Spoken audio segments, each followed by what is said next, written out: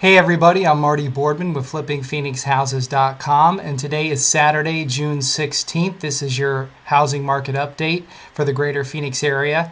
Now, I'm a day late getting this video posted because I was on vacation last week with my family in California. Now, one thing you got to know about Arizona, when the summer comes and the summer months come, it's practically a state law that if you live in Arizona, you go on vacation to California. As a matter of fact, if you don't, I'm told the police will show up at your doorstep and give you an escort to the state line.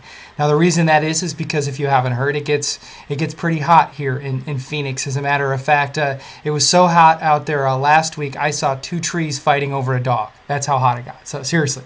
But anyway, my family and I went to California for a week. We spent a few days on the beach, and then we went to Disneyland.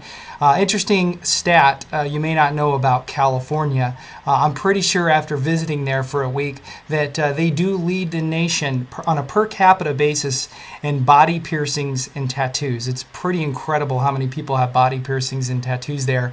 And I just can't wait to go forward in time 30 or 40 years and see these 18 to 22-year-old kids, these men and women who are young men and women who are getting these tattoos, these especially the ones on the chest. I can't wait to see what they look like 30, 40 years from now. They will cease being chest tattoos and become, belly button tattoos, right?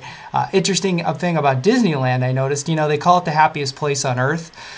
Never before have I seen so much crying and whining and sniveling and yelling going on, and that was just the adults. Don't even get me started with the kids. But I guess, waiting in line like an hour and a half to go on a 2-minute ride will make anybody fussy, right? Will make anyone frustrated. So I thought it was kind of funny being at Disneyland. It reminded me a lot of the Phoenix housing market, and that there's a lot of crying and whining and sniveling going on here right now because there's hardly any homes to buy. As a matter of fact, looking here, we got about 13,000 active listings for sale, about 8,500 closed last month, so that leaves us with about a 1.5 month supply of homes.